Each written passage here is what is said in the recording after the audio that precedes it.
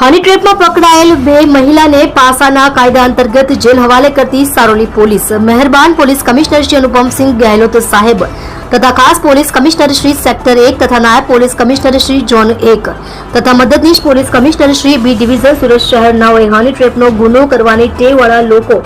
ગુનો કરતા અટકાય અને ગુના ઉપર અંકુશ રહે તે સારું હની ટ્રેપમાં પકડાયેલ ઈસમો વિરુદ્ધ પાસા દરખાસ્ત કરવા સૂચના કરેલ હોય જે સૂચના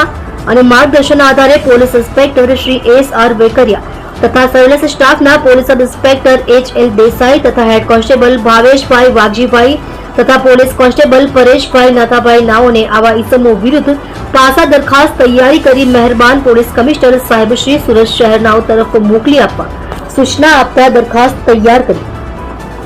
મહેરબાન પોલીસ કમિશનર સાહેબશ્રી તરફ મોકલી આપેલ જે પાસા દરખાસ્ત મહેરબાન પોલીસ કમિશનર સાહેબશ્રી નાઓ દ્વારા